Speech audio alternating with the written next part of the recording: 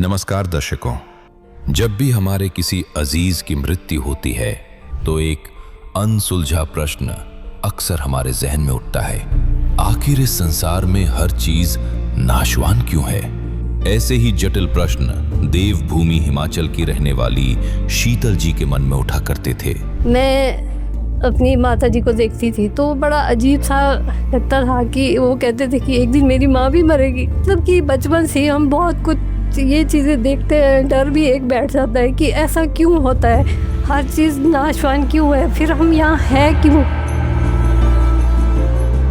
दर्शकों, क्या कोई ऐसी शक्ति है जो केवल कहानियों में नहीं बल्कि हकीकत में हमारी और हमारे परिवार वालों की मृत्यु टाल सके? क्या आज पृथ्वी पर कोई ऐसा संत मौजूद है जो साधक की कैंसर जैसी लाइलाज बीमारी ठीक करके मोक्ष प्रदान करवा सकता है?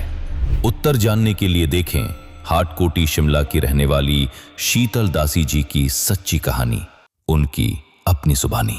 नमस्कार मैम। सत साहिब जी। क्या नाम है आपका? मेरा नाम शीतल दासी। कहाँ से आए हो आप?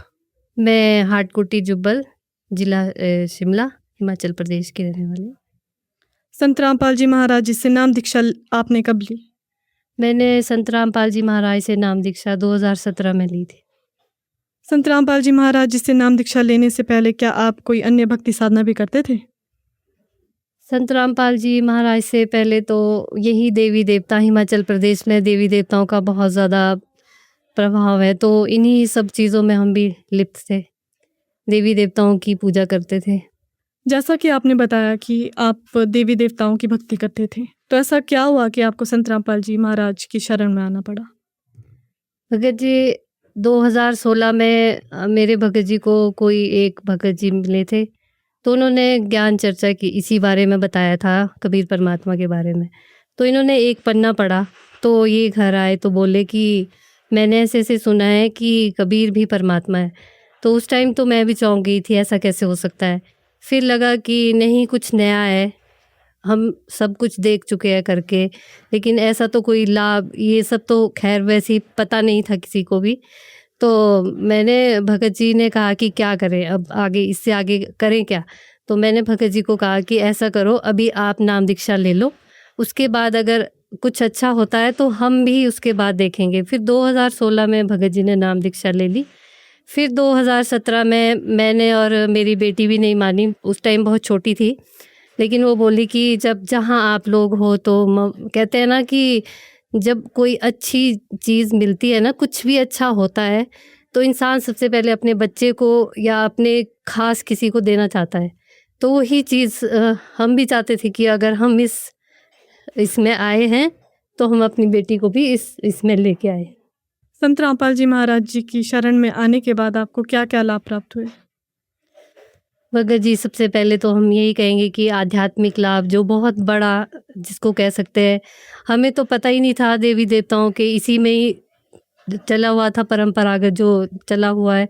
लेकिन जब परमात्मा का आध्यात्म सुना, पढ़ा, देखा सब कुछ, तब समझ आया कि नहीं, कुछ और है जो हम तभी, क्योंकि बचपन से ही हम ये सोचते थे कि ऐसा क्यों होता है, हम जन्मते मरते क्यों हैं, ये सब क्यों है। मतलब मेरी एक बार मेरी मासी की डेथ हुई थी, तो मैं अपनी माता जी को देखती थी तो बड़ा अजीब सा लगता था कि वो कहते थे कि एक दिन मेरी माँ भी मरेगी। तो एक डर बैठ जाता था कि नहीं, तो जिस दिन मेरी माँ के कुछ होगा तो मैं भी साथ ही मरूंगी। मतलब कि बचपन से हम बहुत कुछ ये चीज़ें देखते हैं, डर भी एक बैठ जाता है कि ऐसा क्यों होता है, हर चीज़ नाशवान क्यों है, फिर हम यहाँ हैं क्यों, किस लिए आए हुए हैं। तो फिर अगर हमें मरना ही है तो फिर यहाँ पर आए क्यों हैं, इसका कोई हल क्यों नहीं है। जब परमात्मा की ये पुस्तक पढ़ी, ये ज्ञान सुना, तब समझ आया कि हाँ, क्या कारण रहा कि हम यहाँ पर आज इतने बुरी तरह से फंसे हुए। तो परमात्मा की दया से सबसे बड़ा लाभ तो यही है। वैसे तो परमात्मा ने बहुत बड़े लाभ किए हुए हैं। एक मैं बताऊं कि पहले तो हम भक्ति तो कर रहे थे, लेकिन जैसे बीच में ये लॉकडाउन का टाइम आया तो हम हाज़िरी में हमेशा जाते थे। तो हम कुरुक्षेत्र जाते थे, तो वहाँ पे उधर भी काफ़ी पुरुषोत्तम भगत जी से भी उनके घर जाते थे, तो वहाँ रहते थे। थोड़ी बहुत जान पहचान थी, ऐसा तो नहीं था कि, लेकिन लॉकडाउन के टाइम इतना ये हाल हो गया कि मतलब उसके बाद जब शुरू हुआ तो हमने जाना छोड़ दिया। ऐसा लगा कि कुछ जैसे उस टाइम ये अफ़वाहें भी फैलाई जा रही थी कि ऐसा है वैसा है, तो हमें लगता था कि शायद ये सब पता नहीं, जब सब कुछ ठीक होगा तभी हम हाज़िरी पे जाएंगे। फिर हमने सब कुछ घर पे तो नहीं छोड़ा, जोत भी जलाते थे, आरतियाँ करते थे, जाप करते थे। लेकिन एक दिन तो ऐसा हुआ कि ऐसा लगा जैसे कि सब कुछ छूटता चला जा रहा है, परमात्मा दूर हो रहे। जोत जला रही थी, रोना भी आया। फिर लगा कि जैसे पता नहीं क्या छूट रहा है, हम कहीं तो फंस गए हैं। बस भगत जी के भी यही है हाई मन में। तो परमात्मा का चमत्कार है, कहते हैं ना, जो जन मेरी शरण है ताका हूँ मैं दास, गेल गेल ला गया फिरूं जब लग धरती आकाश। और ये बात बिल्कुल कहते हैं ना, परमात्मा जो कहते हैं ना, वो बिल्कुल सच है। और ये हमारे साथ हुआ कि उसी दिन पुरुषोत्तम भगत जी का फ़ोन आया। उन्होंने कहाँ से हमारा नंबर लिया पता नहीं। फिर वो बोले कि तुम लोग फिर से नाम दीक्षा ले लो। हमने कहा, भगत जी ने थोड़ा ऐसे किया कि हाँ जाएंगे।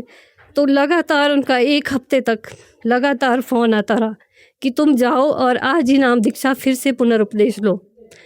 तो कहाँ से परमात्मा ने उन्हें प्रेरणा की।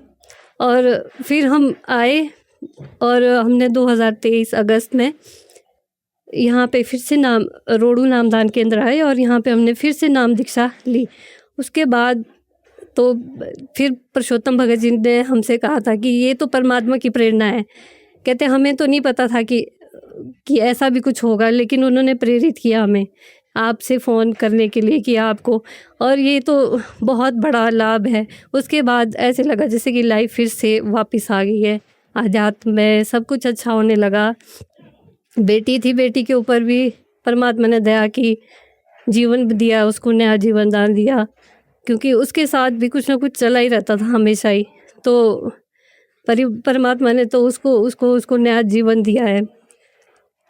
वैसे तो बहुत कुछ है बताने को, कि छोटा सा लाभ बताती हूँ कि पिछले साल वो बहुत बीमार हुई थी, पेट में पानी पड़ गया था, क्योंकि शुरुआत थी स्कूल की, बहुत अच्छे से तैयारियां चली थी उसकी, क्योंकि 10th के पेपर थे। तो पानी भर गया पेट में। हम लेके गए हॉस्पिटल, 1 हफ्ता रही, बहुत सारी एंटीबायोटिक लगी। घर आए, कोई फ़ायदा नहीं, फिर से पानी भरना शुरू हो गया। फिर पीजीआई गए, पीजीआई में इलाज चला, समझ कुछ नहीं आ रहा। रिपोर्टें नॉर्मल, कोई कह रहा कि शायद कैंसर का, टीबी का, हर चीज़ का हो रहा है, समझ किसी को नहीं आ रहा, कुछ नहीं आ रहा टेस्ट में। काल ने इतना ज़्यादा वो कर रखा था उसको कि टेस्ट में कुछ नहीं आ रहा है। डॉक्टर भी परेशान है कि कैसे क्या करें।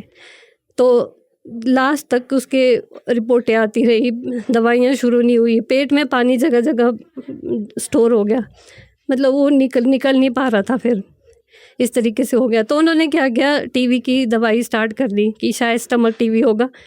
और लीवर भी इनलार्ज हो गया था, लीवर भी बहुत काफ़ी इनलार्ज हो गया था उसका। तो पेन सहती थी, बहुत स्ट्रॉन्ग है, पेन सहती रही, लेकिन उफ नहीं करती थी। पर उसको कहीं ना कहीं ये लगता था कि क्यों मेरे साथ ही ऐसा क्यों होता है। फिर उसको एक प्रेरणा हुई, फिर उसने कहा कि मेरा मन करता है कि मैं कुरुक्षेत्र ले जाऊँ मुझे। उससे पहले हमने परमात्मा से अरदास लगा दी थी, तो परमात्मा ने कहा कि पाठ या जोत बोल दी, तो हमने वो करवा दी थी। लेकिन फिर उसने कहा कि मुझे कुरुक्षेत्र ले जाओ, मैं वहीं जाके ठीक होगी। तो परमात्मा का वो 3 दिवसीय जो समागम होता है उसमें हम गए। तो वो उसने मुझसे कहा कि मेरे को बहुत ज़्यादा पेन हो रही है मम्मा, इस टाइम मैं सह नहीं पा रही हूँ, पेन बहुत ज़्यादा है। तो मैंने कहा आप क्या करें यहाँ पे, या तो फिर हमने भगत जी से वहाँ बात की, उन्होंने कहा कि मैं यहाँ एक जगह टेस्ट करवाता हूँ। तो मैंने कहा कि तू आगे जाके दंडवत कर और परमात्मा से अरदास लगा। वो गई और उसने अरदास लगाई, वो वापस आई। तो उसने कहा कि मुझे वॉशरूम जाना है। जब वो वॉशरूम गई तो इतना बड़ा उसका ब्लड का वो निकला उसके कि वो डर गई देख के। वो आई कि मम्मा पता नहीं क्या था, बहुत बड़ा कुछ निकला, मेरे को समझ नहीं आ रहा। तो उसके बाद वो थोड़ी शांत सी हो गई। फिर हमने टेस्ट उस्ट करवाए, सब नॉर्मल, बिल्कुल सब कुछ ठीक, किडनी लीवर, जबकि लीवर उसका इलाज था, हर चीज़ में प्रॉब्लम थी और सब कुछ रिपोर्टेड नॉर्मल। तो फिर उसके बाद उसकी पेन एकदम गायब हो गई। तब जब परमात्मा ने उसको दर्शन दिए तब उसको ये चीज़ बताई थी कि बेटा तुझे शायद सेकंड स्टेज कैंसर था। जो सेकंड स्टेज कैंसर था तो आज मैंने तेरा वो ख़त्म कर दिया बीमारी। और परमात्मा तो हर पल लाभ करते ही चले जा रहे हैं, हर पल। बेटी की भी रक्षा की है भगत जी, उनको भी अभी एक लाभ, बल्कि उन्होंने तो कोई ऐसी अर्जी नहीं डाली थी। तो हमारे घर के पास थोड़ा सा जैसे बरसातों में बहुत ज़्यादा बारिश आती है तो वहाँ दीवार देने के लिए, तो भगत जी डेली उसको देखते थे कि यार यहाँ देना था, वो नहीं हो पा रहा है, थोड़ा टाइट है तो कैसे करेंगे। तो एक दिन वैसे ही बैठे थे दिन को रमैनी करके, तो एकदम से फ़ोन आया बैंक से, कहते कि आपका लोन है। मैंने कहा अभी कौन सा लोन लिया है आपने? फिर ये डर गए कि नहीं ऐसा तो कुछ नहीं है। कहते मैंने उस टाइम लिया था तो 2000 पहले उन्होंने फ़ास्ट फूड की दुकान थी, तो उस टाइम जब लॉकडाउन लगा था तो वो दुकान बंद हो गई थी। बंद होने के बाद जब सब कुछ सामान वगैरह सब बेच दिया था तो क्या हुआ कि इंस्पेक्शन के लिए कोई आए थे, जैसे वो मिलती है ना सरकार की तरफ से ऐड मिलती है, तो जैसे तो फॉर्म भरा था तो वो उसके लिए वो आया था इंस्पेक्शन के लिए। तो उतने में हमारा तो सारा दुकान वगैरह बंद हो गई थी।